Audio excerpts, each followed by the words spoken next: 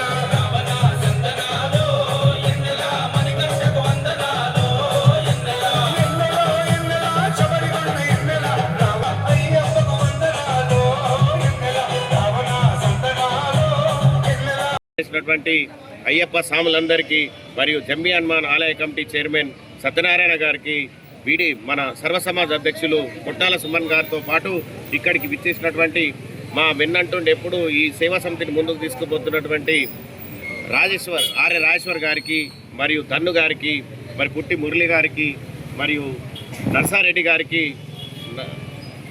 శ్రీహరి స్వామి గారికి, మరియు గోపాల్ గారికి, మరి అందరూ స్వాములందరికీ కూడా పేరు మర్చిపోయింటే క్షమించాలి. మరి ఈ కార్యక్రమాన్ని విజయవంతంగా ప్రతి సంవత్సరం ఇదే ముందుగా తీసుకువెళ్ళి మరి అయ్యప్ప కర్ణ కటాక్షాలకు అందరూ కూడా మనం పాత్రలం కావాలని అయ్యప్ప సేవా సమితి తరఫున పాల్గొన్న అందరికీ కూడా పేరు పేరున పాదాభివందనాలు తెలుపుకుంటున్నాం. స్వామి శరణం. గత 30 సంవత్సరాల నుండి అయ్యప్ప సేవా సమితి ఆధ్వర్యంలో అయ్యప్ప స్వామి అరట్టు కార్యక్రమము మన ఆర్మూర్ పట్టణంలో నిర్వహించడం జరుగుతుంది.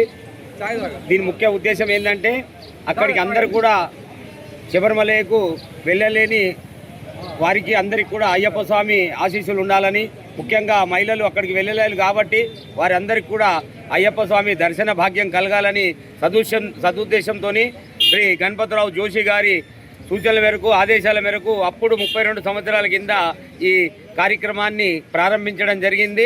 ఇట్టి కార్యక్రమంలో ప్రతి సంవత్సరం కూడా అందరూ కూడా అయ్యప్ప స్వాములు, సీనియర్ గురుస్వాములు అందరూ కూడా పాల్గొంటూ కార్యక్రమాన్ని విజయవంతం చేస్తున్నారు.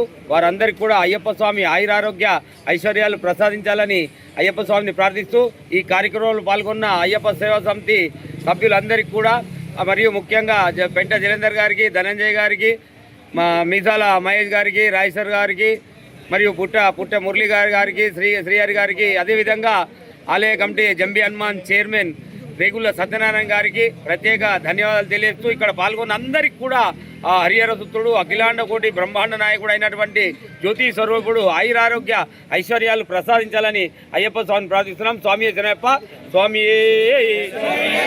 నిజామాబాద్ నగరంలో అయ్యప్ప ఆలయం నుండి రఘునాథ చెరువు వరకు పంబ ఆరట్టు కార్యక్రమాన్ని ఘనంగా నిర్వహించారు. నిజామాబాద్ నగరంలోని సుభాష్ నగర్ శ్రీ అయ్యప్ప స్వామి ఆరట్టు మహోత్సవం శనివారం అంగరంగ వైభవంగా ప్రారంభమైంది. నగరంలోని కంటేశ్వర్లోని అయ్యప్ప ఆలయంలో అర్బన్ ఎమ్మెల్యే ధన్పాల్ సూర్యనారాయణ గుప్తా ఊరేగింపును ప్రారంభించారు. అయ్యప్ప ఆలయం నుండి స్వామివారి ఉత్సవమూర్తిని మాలధారులు భజనలు, కీర్తనల నడుమ పుర వీధుల్లో ఊరేగించారు. ఈ ఊరేగింపు రైల్వే కమాన్, కోట్ చౌరస్తా, గోల్ హనుమాన్, కిల్లా రఘునాథ చెరువు వరకు సాగింది. మధ్యాహ్నం వరకు కొనసాగిన ఈ ఊరేగింపు అనంతరం రఘునాథ చెరువులో స్వామివారికి చక్రస్నానం చేయించారు. ఈ మహోత్సవంలో అధిక సంఖ్యలో అయ్యప్ప భక్తులు పాల్గొన్నారు. దారి పొడవునా పలువురు భక్తులు మంగళహారతులు పూలతో అయ్యప్ప స్వాములకు అపూర్వ స్వాగతం పలికారు. అయ్యప్ప భక్తులు భక్తి గీతాలపై చేసిన నృత్యాలను అందరినీ అలరించాయి. నగరంలో అయ్యప్ప ఆలయం అంటే శబరి తలపిస్తుంది.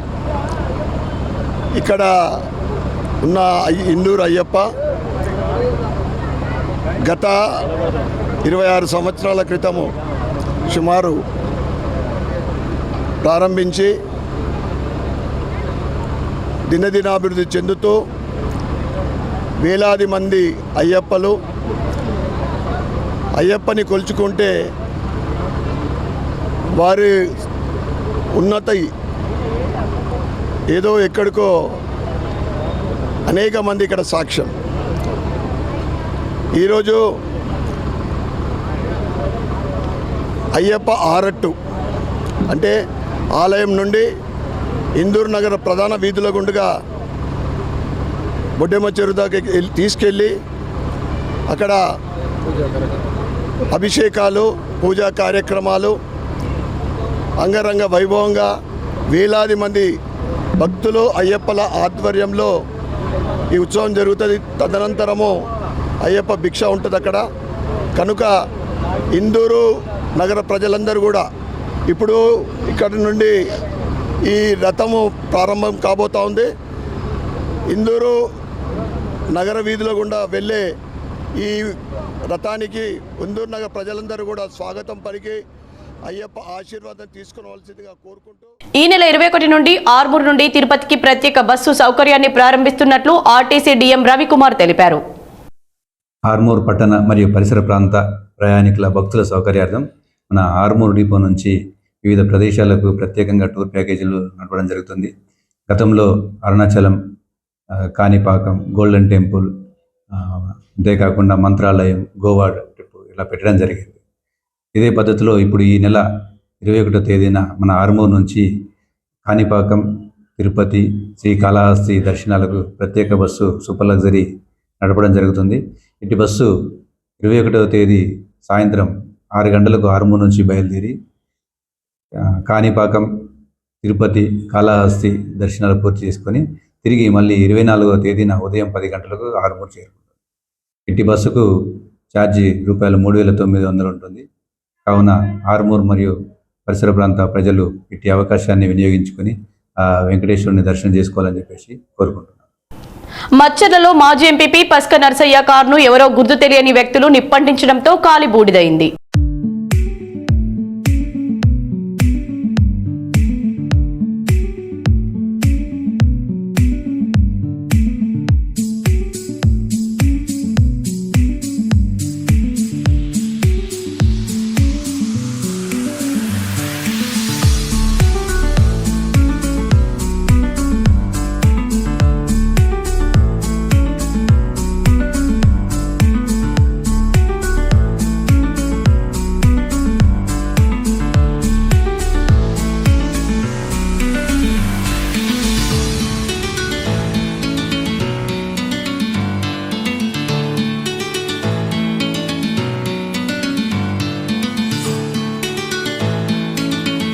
ఆర్మూర్ నియోజకవర్గం అభివృద్ధి కోసం పాటుపడాలని ER foundation chairman Eravatri Rajashekar పిలుపునిచ్చారు.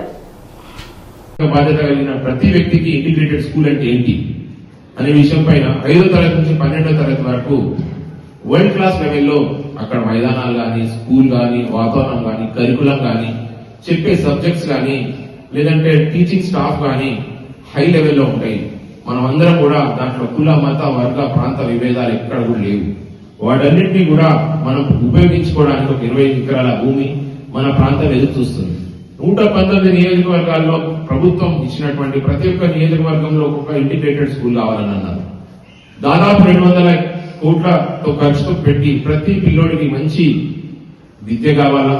ఇప్పుడున్నటువంటి ఈ యొక్క కాంపిటేటివ్ లైఫ్ లో వీరందరూ కూడా పోటీతత్వాన్ని అలవర్చే విధంగా, పిల్లలందరూ కూడా ఆ ప్రామాణికత పెంచుకునే విధంగా ఆ లెవెల్కి రావాలన్న ఒక ఆలోచనతో స్కూల్ పెట్టినప్పుడు ఇంతవరకు కూడా మన 75 నియోజకవర్గాల్లో పూర్తయింది, కానీ ఇక్కడ 119 ఆర్మూర్కి ఎందుకు కాలేదని నేను ప్రశ్నిస్తున్నాను. సో రాజకీయంలో ఉన్నటువంటి వైరుధ్యాల మూలంగా విద్యార్థులు కానీ విద్యార్థుల భవిష్యత్తు కానీ అలాగే ప్రజల యొక్క భావోద్వేగాలతో ఆడుకోవద్దని అంటున్నాను. ఆ కాలేజీ ఆ స్కూల్ ఏదైతే ఉందో ఖచ్చితంగా ఇంటిగ్రేటెడ్ స్కూల్ ని ఆర్మూర్ పరిసర ప్రాంతాలకే తీసుకురావాలని, అలాగే ఇక్కడికి ఆప్షన్ లేదు అని అంటే అది నిజామాబాద్ రూరల్ కి వెళ్ళిపోయే అవకాశం ఉందని నేను ఈ మధ్యనే విన్నాను. కాబట్టి అటువంటి అవకాశం లేకుండా ఖచ్చితంగా ఆర్మూర్ సంబంధించినటువంటి విద్యార్థులు అనంటే విద్య కోసం వెంపర్లాడుతున్నటువంటి ఎంతో మంది విద్యార్థుల కోసం అదొక మంచి ప్లేస్ అవుతుంది. ఆర్మూర్లో 5వ తరగతి 12 వరకు అని అంటే అమెరికాకి వెళ్ళడానికి కానీ హైదరాబాద్ లో ఉన్నటువంటి ఉద్యోగాలను కాంపిటేటివ్ గా ప్రైవేట్ స్కూళ్ళకు ధీటుగా పనిచేసే ఏదైతే ఆర్గనైజేషన్స్ ఉన్నాయో వీటన్నింటినీ కూడా ఖచ్చితంగా మన పిల్లలు యూజ్ చేసుకుంటారు. కాబట్టి ఖచ్చితంగా ఈ ప్రజాప్రతినిధులు పాలకులు చిత్తశుద్ధితోని నిర్లక్ష్యం వీడి చేయాలని కోరుతున్నా. అలాగే ఆర్మూర్ కి మంజూరైనటువంటి ఐటీఐ ఈ మధ్య మనిషి యొక్క జీవితం అంతా కూడా చదివితే ఉద్యోగాలు వస్తే తెలియదు, వ్యాపారం ఉంటుందో తెలియదు, అమెరికా పోతే ఉంటమో లేదో తెలియదు.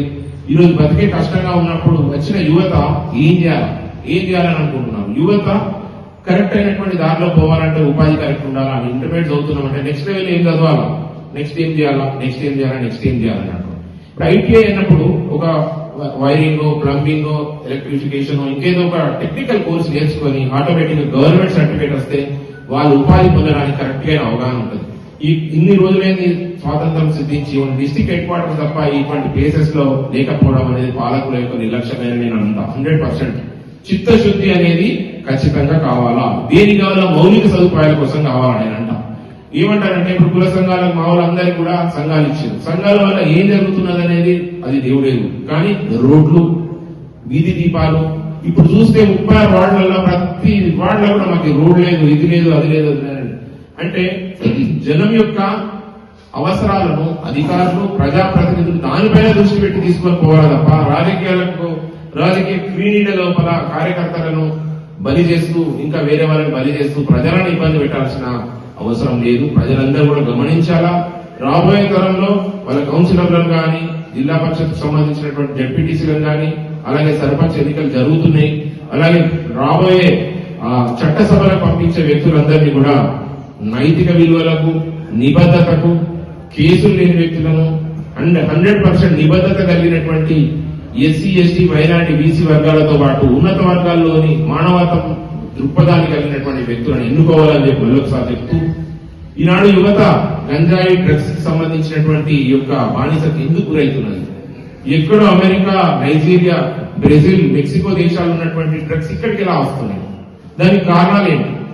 అందులో తల్లిదండ్రుల బాధ్యత, మన సామాజికంగా మన అందరి బాధ్యత కూడా ఉన్నది. ఏంటంటే పిల్లోడు ఎడిపోతున్నాడు, ఏం చేస్తున్నాడు, వాడు సాయంత్రం కాగానే బండి మీద ఫాస్ట్ గా పోతున్నాడా, రెగ్యులర్ గా వాడు పోయే విధానం కంటే భిన్నంగా ఉంటున్నాడా అనే విషయాలు ఖచ్చితంగా ఆలోచించి పోలీస్ డిపార్ట్మెంట్ చెప్పడం కానీ, లేదంటే తన డాక్టర్స్ చెప్పడం కానీ, తన తోటి వాళ్ళకి చెప్పడం కానీ, ఈ మూలాలు ఎక్కడి నుంచి వస్తున్నాయి, దీన్ని పెంచి పోషిస్తున్నది ఎవరు? ప్రభుత్వం అనేది ఖచ్చితంగా ఆపుతున్నది. కానీ రాజకీయ పార్టీలో కొంతమంది నైతిక విలువల్ని విస్మరించి వారిని పెంచి పోషించే విధంగా ప్రవర్తించడం అనేది సమాజానికి రేపు తెల్లారి వాళ్ళ ఇంటి పైన కూడా దాడి జరిగే అవకాశం ఉంటుంది. అందుకని అటువంటి వ్యక్తిని ప్రేరేపించకండి. అటువంటి దాన్ని గంజాయిని నిరోధించండి. అలాగే గుండాయిజాన్ని నిరోధించండి. ఎదుటి పర్సన్ పైన పెట్టరేగిపోయి రౌడీజాన్ని నిరోధించండి. రేపు తెల్లారి ఏదైతే స్టార్ట్ చేస్తావో దాంతోనే మనిషి అంతమవుతాడు. దేనైతే లేపుతావో అదే రకంగా నిన్ను దాంతోనే అంతమవుతాడు. కాబట్టి అటువంటి విషయాలకు పోకుండా మానవతా విలువలు పెంచుకొని చేయాలని నేను అంటున్నా.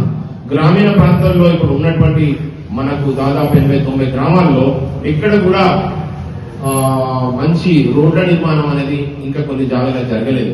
జరిగిన ప్లేస్ లో జరిగింది, కానీ ఇంకా చాలా సమస్యలు అసంపూర్తిగా ఉన్నాయి. పెన్షన్స్ అంటే వృద్ధులకు సంబంధించిన ఎవరైతే ఉన్నారో వాస్తవమైన దృక్పథంతో ఆలోచించండి. దీనికి ఒక ఆన్లైన్ వేదిక ఏర్పాటు చేయండి. ఒక పార్టీకి కొమ్ము కాసే వ్యక్తులకి కొంతమందికి పెన్షన్ ఇవ్వడము, రోడ్లు వేయించడము, గృహాలను అందించడము, సహాయాలు అందించడము, ఆర్థిక సహాయాలు అందించడము అధికారులు కూడా ఖచ్చితంగా దృష్టి పెట్టుకొని చూడాలని నేను అంటున్నా. పిప్రి గ్రామ ఎన్నికలు రద్దు చేయాలని సర్పంచ్ అభ్యర్థి సాయన్న మీడియా సమావేశంలో అధికారులను కోరారు. మండలంలోని పిప్రి గ్రామానికి చెందిన అనమల సాయన్నను నేను పిప్రి మాజీ ఎంపీటీసీని. ప్రస్తుతం వీడీసీకి నాకు భూమి విషయంలో తగాదా జరుగుతున్నది. అట్టి విషయంలో వీడీసీ వారు అన్యాయంగా ఎంటర్ అయి నన్ను గ్రామంలో బహిష్కరణ చేయడం జరిగింది. ఆ బహిష్కరణ కొనసాగుతున్నాగానే వాళ్ళ ఒత్తిడికి భూమి రిజిస్ట్రేషన్ చేయాలని చెప్పేసి ఒత్తిడి చేయడం వల్ల గ్రామంలో ఎవరు సహకరించకపోవడం వల్ల ఈ మధ్యనే మా నాన్నగారు చనిపోవడం జరిగింది. ఆ అంత్యక్రియలకు గ్రామస్తులు ఎవ్వరు కూడా సహకరించకపోగా మా బంధువులు అంత్యక్రియల కార్యక్రమాలు పనులు చేసే సమయంలో వీడీసీ వారు మా బంధువులను ఆటంకం కలిగేటట్లు కొందరు వ్యక్తులను పంపించి అక్కడ ఆటంకం కలిగించినారు. మేము భయభ్రాంతులకు గురై 100 కాల్ చేసి పోలీస్ బందోబస్తు మధ్యన మా నాన్నగారి యొక్క అంత్యక్రియలను చేసుకోవడం జరిగింది. దీనిలో మీడియా మిత్రులు కూడా పాల్గొనడం జరిగింది. ఈ సంఘటన ఆర్మూర్ ప్రాంత నాయకులందరికీ కూడా తెలుసు. నేటి వరకు కూడా నాకు గ్రామ బహిష్కరణ కొనసాగుతూనే ఉన్నది. అయితే పోలీస్ స్టేషన్లో ఎఫ్ఐఆర్ చేసినాం అని చెప్పగానే ఇక్కడ ఉన్న ఆఫీసర్ ఎఫ్ఐఆర్ కాపీ ఇవ్వడం జరిగింది. ఎఫ్ఐఆర్ చేసి 90 రోజులు కావస్తున్న ఇరువారకు కూడా దాన్ని ఛార్జ్ షీట్ వేయకపోవడంలో అంతరమేమో మాకేం అర్థం కాలేదు. స్థానిక సిఐ గారు వీడీసీ వారితో స్నేహహస్తాన్ని కొనసాగించడంలో నాకు అంతుపట్టడం లేదు. ఇటు విషయాన్ని నేను సిపి గారిని 2 సార్లు కలిసి విన్నవించడం జరిగింది. వారు సానుకూలంగా స్పందించి ఏసీపీ గారికి చెప్పడం జరిగింది, మీరు ఏసీపీ గారినే కలవండి, మీకు సానుకూల నిర్ణయం జరుగుతుందని. ఏసీపీ గారు కూడా పలుమార్లు ఆర్మూర్ సిఐ గారికి చెప్పడం జరిగింది, ఆ ఫైల్ పంపించండి అని చెప్పేసి. అయినా కానీ స్థానిక సిఐ గారు నాపై దురుసుగా ప్రవర్తిస్తూ ఛార్జ్ షీట్ వేయడం లేదు. నాతో పాటు పోలీస్ స్టేషన్కి వచ్చిన వారికి కూడా ఏదైనా కంప్లైంట్ ఇస్తే పిటిషన్ నెంబర్ కూడా ఇవ్వడు. మీ పత్రికా సోదరులందరికీ కూడా తెలుసు. ఈ ఆర్మూర్ పిఎస్ లో ఏ ఫిర్యాదుదారులకు కూడా సరైన న్యాయం జరుగుతలేదు. ఉన్నతాధికారులకు కూడా తెలుసు. చాలా మంది ఇక్కడ న్యాయం జరగక సిపి గారిని సంప్రదించడం జరుగుతుంది. ఇది ఇలా జరగదు ఉండగానే వీడీసీ వారు ఏసీపీ వారి సూచన మేరకు ఒకరోజు రావడం జరిగింది పిఎస్. వచ్చిన సందర్భంలో మేము అన్ని క్లియర్ చేస్తామని చెప్పేసి అనకుండా నన్ను వీడీసీలోకి పిలిచడం జరిగింది. మేము మా మీద ఎందుకు కేసు పెట్టినావు అంటే నాకు అన్యాయం జరిగిందని చెప్పేసి నేను చెప్పిన. వాళ్ళు స్టేషన్లో వచ్చి మాట్లాడలేదని వేరే ప్రతినిధులను పంపి వాళ్ళు ఊర్లోనే ఉండిపోవడం జరుగుతుంది. తీరా పిప్రి గ్రామ పంచాయతీ ఎలక్షన్ నోటిఫికేషన్లో ఎస్సీ జనరల్గా కేటాయించడం జరిగింది. దానికి ఎస్సీనైనా నేను నామినేషన్ వేయడం జరిగింది. ఈ విషయంలోనైనా నాకు ఊరు సహకరిస్తుందేమో అని చెప్పేసి వీడీసీ సభ్యులను పిలిచి అడగగా వారు మేము క్లియర్ చేస్తాం అని పోలీసు వారికి సూచన చేసి ఏం నిర్ణయం తీసుకోకపోగా వీడీసీ తరఫున ప్రాతినిధ్యం వహిస్తున్నటువంటి సోమ భూమారెడ్డి అనే వ్యక్తి గత కొన్ని సంవత్సరాలుగా ఆయన వీడీసీని శాసిస్తూనే ఉన్నాడు. ఆయన నా ప్రత్యర్థులైన బందెల కిరణ్, బేల్దారి అశోక్లను ఇద్దరిని కూడా తీసుకెళ్లి ఆర్మూర్ ప్రాంత కాంగ్రెస్ నాయకులకు దగ్గర ఒక డిమాండ్ పెట్టడం జరిగింది. ఆ డిమాండ్ ఏంటంటే మాజీ ఎంపీడీసీ సాయన్న నామినేషన్ విత్డ్రా చేసుకుంటే గ్రామంలో ఎలక్షన్ ఏకగ్రీవం చేస్తాం. దీని ద్వారా మా ఇద్దరిలో ఎవరిని సర్పంచ్ అయినా మేము ఒప్పుకుంటాం. సాయన్నకు ఉన్న గ్రామంలో బహిష్కరణను ఎత్తివేస్తాం, ఆయనకు జరిగిన ఆర్థిక జరిమానా విధించిన డబ్బులు ఇస్తామని ప్రపోజల్స్ నా మిత్రుల ద్వారా నాకు ఒత్తిడి చేయడం జరిగింది. కానీ రాజ్యాంగాన్ని నేను ఎప్పుడు కూడా ఉల్లంఘించకుండా ఈరోజు ఈ విషయాన్ని ఎలక్షన్ కమిషన్ కానీ, జిల్లా కలెక్టర్ కానీ, సిపి గారు కానీ సబ్ కలెక్టర్ గారిని వారి దృష్టికి మీ పత్రికా సోదరు ద్వారా దీన్ని తీసుకుపోవడం జరుగుతుంది. కాబట్టి మిమ్మల్ని కోరుకునేది ఏంటంటే, రాజ్యాంగం ప్రకారం నేను పోటీలో నిలవడం జరిగింది, విత్డ్రా చేసుకోకపోవడం జరిగింది. కాబట్టి మా నాన్న గారి అంత్యక్రియలు జరిగిన రోజే గ్రామంలో అల్లరిమూకలు నిర్మల్ శ్రీ హరిహర క్షేత్రంలో అంగరంగ వైభవంగా శ్రీ అయ్యప్ప స్వామి లక్ష స్వాహార్చన హోమం కార్యక్రమం జరిగింది. గంధోపరి అలంకరణార్థే ఆభరణార్థే అక్షరాన్ సమర్పయామి అహిర్వభోగై పర్యేది భాంగాయ హేతుం పరిభాగమాన విశ్వాభగవాన్ విద్వాన్ భువాన్ భువాగం సంపరిభాత విశ్వరః అంగూర్యాగ్నే వాణీయ రహకాజ సరస్వతి భూతజే వరుణానేన స్వస్తజే రోగనాథ సుగంధ పరిమళ ద్రవ్యాన్ని సమర్పయామి పుష్పైస్తోదయామి. ఓం శర్వస్య దేవస్య సుదాయ నమః పశుపతేర్దేవస్య సుదాయ నమః ఉగ్రస్య దేవస్య సుదాయ నమః మహాదేవస్య సుదాయ నమః ఓం శక్ష్యై నమః ఓం మాతృభ్యో నమః లోకమాతృభ్యో నమః భృత్యై నమః ఈశ్వర్యై నమః కౌమార్యై నమః వైష్ణవ్యై నమః భారాత్యై నమః ఇంద్రాణ్యై నమః చాముండాయై నమః మహాకాళ్యై నమః మహాలక్ష్మీ నమః మహాసరస్వత్యై నమః వరుణాయ నమః వాస్తుపురుషాయ నమః బ్రహ్మణే నమః నానావిధ పరిమళ పత్ర పుష్పాక్షరాన్ని సమర్పయామి.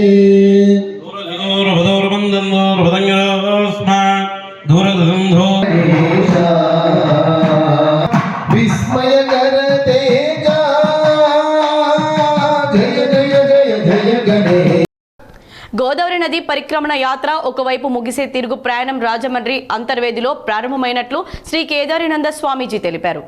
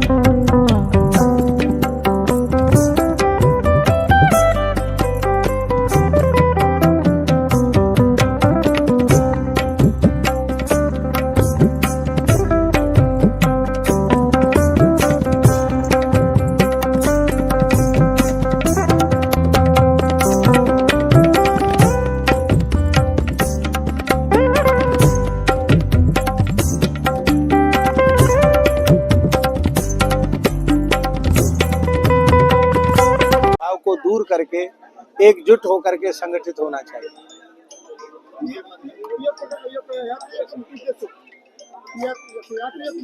ये यात्रा मेन उद्देश्य क्या है? यात्रा करना है, ये परिक्रमा वो तो मैं बोल दिया पहले। इस यात्रा का उद्देश्य है गोदावरी की परिक्रमा, जो बहुत प्राचीन परंपरा से हमारे ऋषि मुनि महर्षि करते चले आ रहे हैं, कालक्रम से वह लुप्त हो गई है, वो पुनः आरंभ हो। इससे धर्म का जागरण होगा, सनातन संस्कृति का जागरण हो रहा, जो बहुत तेजी से धर्मांतरण हो रहा है उस पर रोक लगेगी और हिंदू संगठित होगा और विश्व का सनातन संस्कृति का सब प्रकार से अभ्युदय होगा। हमारी माता की जय। ఈ రోజు 550 మంది అది సాధు సంతులు గోదావరి ప్రదక్షిణ చేస్తుండ్రు. అసలు ప్రదక్షిణ ఉద్దేశం ఏంటంటే, పూర్వం ఋషి మునులు మన గోదావరి పవిత్రత చాలా ముఖ్యమైనది ఉండే. ఇన్ని రోజులు గోదావరి విలువ ఎవరికి తెలియలేదు.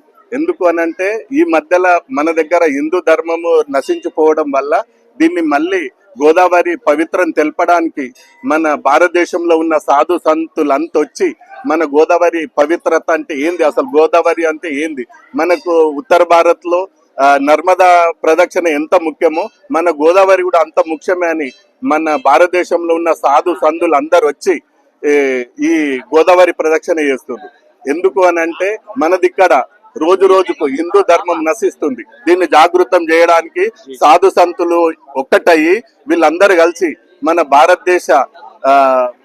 భారతదేశంలో ఉన్న మొత్తం అందరికీ గోదావరి అంటే ఏందో తెలియాలని మన గోదావరి ప్రదక్షిణ చేసి మన భక్తులందరికీ సాధు సంతుల ఆశీర్వాదం ఉండాలని రాజేందర్ మహారాజ్ సంకల్పం తీసుకొని భారతదేశంలో ఉన్న అన్ని ప్రాంతాల నుంచి ఉన్న సాధు సంతులు అందరినీ తీసుకొని తన ఈ గోదావరి ప్రదక్షిణ చేస్తుండ్రు. మనము ఈ సాధు సంతుల ఆశీర్వాదం తీసుకొని మన రెండు రాష్ట్రాల తెలంగాణ ఆంధ్ర రాష్ట్రాల ప్రజలు వాళ్ళ పాదధూళ్ళతోటి పవిత్రం అవుతారనే ఉద్దేశంతో మీ అందరికి ఆ గోదావరి మయ్య ఆశీర్వాదం ఉండాలని కోరుకుంటున్నాం.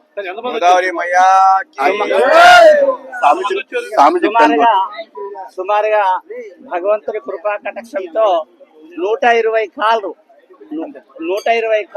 3-4 బస్సులు 3-4 అందరికి భోజనం వ్యవస్థ 4 ట్రక్కులు మినీ బస్సులు చాలా మంది మొత్తానికి 700 చిల్లర వచ్చిన నాన్న. వాస్తవంగా నర్మదా గోదావరి పరిక్రమ అంటే చాలా ప్రాముఖ్యమైనది. స్వామి చెప్పినట్టుగా ఆ రోజు శ్రీరామచంద్రుడు కూడా చేశాడు, మత్స్యంద్రుడు గోరఖనాథ్ నవనాథుడు కూడా చేశారు, మరి మంచి మంచి మహానుభావులు కూడా చేశారు. కాబట్టి ఈ మహానుభావులు చేసింది అంతకి ఆగకుండా మరి రాజేంద్ర దాస్ స్వామీజీ మల్క్పేట బృందావనం ఆ స్వామీజీ సంకల్పమే ఒక 650 మంది మహాపుణ్య పురుషులు వచ్చారు వాస్తవంగా. దాని తర్వాత సేవాదారులు వచ్చారు. అందరూ కూడా సుమారుగా కని విని వెరిగిన మహాత్ములు అందరూ కూడా అన్ని రాష్ట్రాల నుంచి వచ్చారు. చాలా ప్రాముఖ్యమైన యొక్క పీఠాపురం దర్శనంకు మేము మహాభాగ్యంగా దోచుకుంటున్నాం. పీఠాపురం మహాతల్లి అవధూత దత్తుడి యొక్క ఆశీర్వాదం తీసుకున్నాను. ఈ యాత్ర ఎక్కడ మొదలైంది? ఇది నాసిక్ లో మొదలైంది. నాసిక్ త్రయంబకేశ్వర్, నాసిక్ త్రయంబకేశ్వర్ లో మొదలైంది. మళ్ళీ నాసిక్ త్రయంబకేశ్వర్ లో ముగింపు అయిపోతుంది. యానంకి వచ్చి యానం నుంచి సముద్రం యానం దాకా వచ్చేసినాం.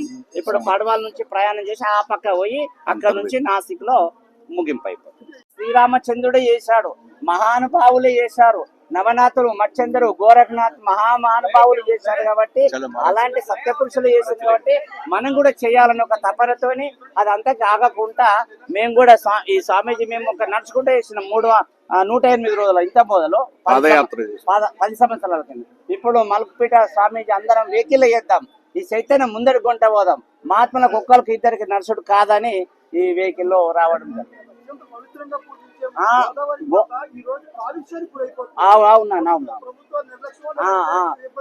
సరే, ఇప్పుడు ఇంకొక విషయం ఏంటంటే ఇంత మంచి మహా పవిత్రమైన తల్లి కాబట్టి మనము చాలా శుభ్రత ఉంచాలని మీ అందరికీ మనవి చేస్తున్నాం. ఎందుకంటే గోదావరి తల్లి అంటేనే మన యొక్క జీవనాధారం గడిపే తల్లి. వాస్తవంగా అలాంటి తల్లి దాంట్లో మురికి మూలుగం ఏం వేయకుండా మంచి సత్యంగా ఉంచాలని మా భావన. అందరం కూడా స్నానం చేయాలి, దాని యొక్క దర్శన భాగ్యం చేసుకున్నాలని భావన. ఈ వార్తలు ఇంతటితో సమాప్తం. చూస్తూనే ఉండండి మీ NCN ఛానల్.